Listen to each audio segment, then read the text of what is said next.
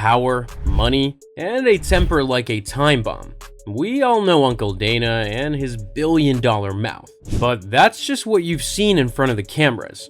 What you don't see? The beatings, the betrayal, the broken friendships, family problems, mob problems. Here are 10 things you didn't know about Dana White. And first, Dana doesn't talk about it much, and for good reason. You can't have the most powerful man in MMA looking like a victim. He was diagnosed with Meniere's disease, a rare inner ear condition that messes with your balance, coordination, and hearing. Why?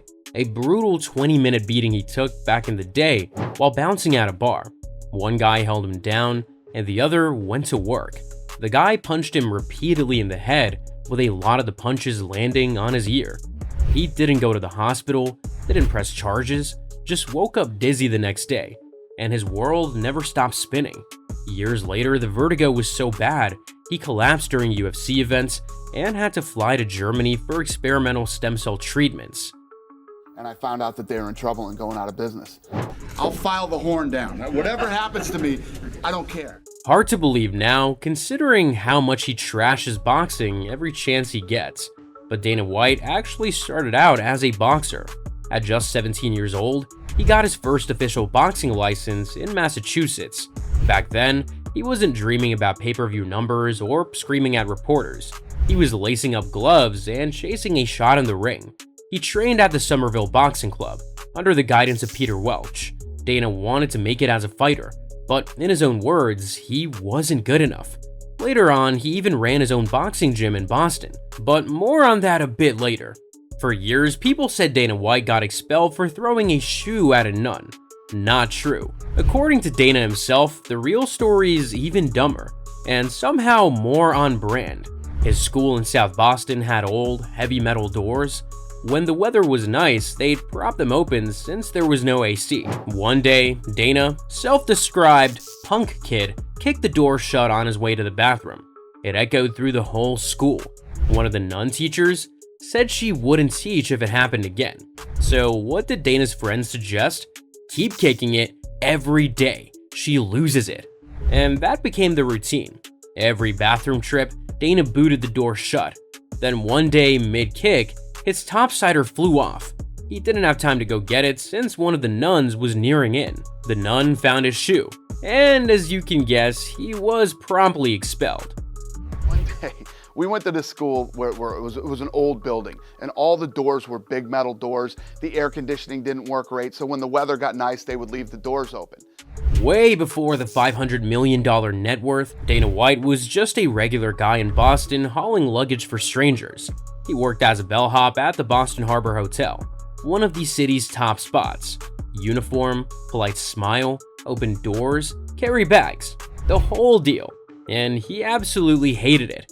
Even though the tips were good, Dana said he couldn't stand watching miserable rich people walk through that lobby every day. Dana White and Tito Ortiz go way back. Dana was actually Tito's manager. He got him big deals, helped him grow his name, and played a key role in turning him into one of the UFC's first megastars. But as Tito got bigger, so did his ego, and their friendship turned sour. It's not exactly sure when this happened on the timeline, but the cracks in Dana White and Tito Ortiz's relationship were already showing. But long before that public fallout, the real heat happened somewhere no one saw, on a private jet headed to Japan. On board were Dana, Tito, the Fertitta brothers, and UFC matchmaker Joe Silva. At first, it was just playful messing around between Tito and Dana. Then Tito decided to turn it up. He put Dana in a neck crank. Dana tapped. And of course, the meathead Tito didn't let go. So Dana started blasting him in the ribs full force. As soon as Tito released the neck crank, Dana started swinging. In seconds, it turned into a full-blown fistfight at 30,000 feet.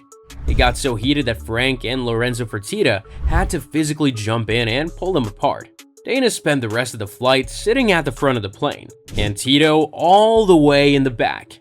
Now, that boxing gym we mentioned earlier, it sounds like a movie plot, but this was real life for Dana White. Back in the 90s, Dana was running a little boxer-sized gym in Boston, until one day, Kevin Weeks walks in.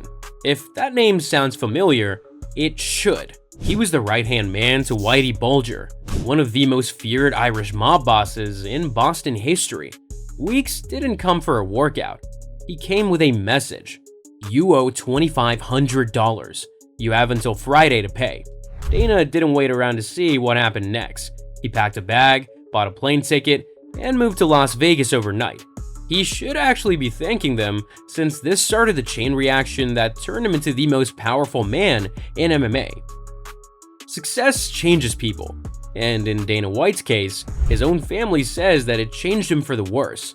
When the UFC took off, Dana didn't just leave behind the struggling kid from Southie. According to his mother, he left behind his family, his old friends, and any sense of humility. In 2011, his mother, June White, published a book titled Dana White, King of MMA. But instead of praising him, she used it to lay out everything she thought went wrong. She said he became arrogant, the fame went to his head, and that he surrounded himself with fake friends and opportunists. According to her, Dana forgot who was there before the lights and the cameras, forgot the people who helped him survive when he had nothing. She also suggested his marriage wasn't in a good place. She pointed out that sleeping with the ring girls wasn't actually a noble thing to do when you're married. And years later, that seemed to check out. You've probably seen the video where him and his wife get into a slap fight. Physical. The video, obtained and published by TMZ, shows White grabbing his wife's wrist as she tries to walk away and Ann slapping him, then White. Geez, must have watched too much Power Slap. It almost sounds made up. The meathead Uncle Dana now sits on the board of directors at Meta. Yes, the same Meta that owns Facebook, Instagram, and WhatsApp. He shares the table with tech billionaires and none other than Mark Zuckerberg himself. Zuckerberg is a known MMA fan, and you can often see him cage side during some events. Somewhere along the way, he and Dana clicked. Now Dana is helping guide one of the biggest tech companies on earth. God have mercy on us. If you didn't know, Mark Wahlberg is sort of a douche, a talented actor, sure, but not exactly a beacon of humility. And you know the saying, you are who you surround yourself with. Well, at one point, Dana was living with him. After escaping the Irish mob back in Boston, Dana packed up and moved west. That's when he met Wahlberg, fresh off filming Boogie Nights, and the two ended up rooming together in Los Angeles. Dana coached him in boxing, helped him stay sharp, and basically hung around for what he says was about 5 months. He's seen Boogie Nights more times than he can count, all before it even hit theaters. At one point, Dana wanted to expand the UFC globally, and the biggest fish outside the US was obvious: Pride Fighting Championships in Japan. Pride wasn't just big, it was a cultural phenomenon.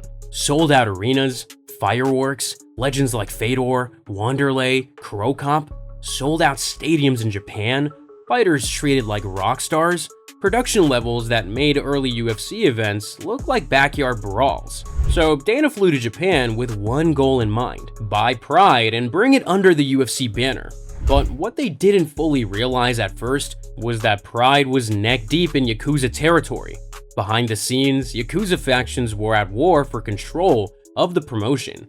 Pride's president, Naoto Morishita, was reportedly assassinated by the Yakuza. At one event in 2003, things nearly turned cataclysmic. Between 100 and 200 armed Yakuza members showed up backstage, ready to settle scores.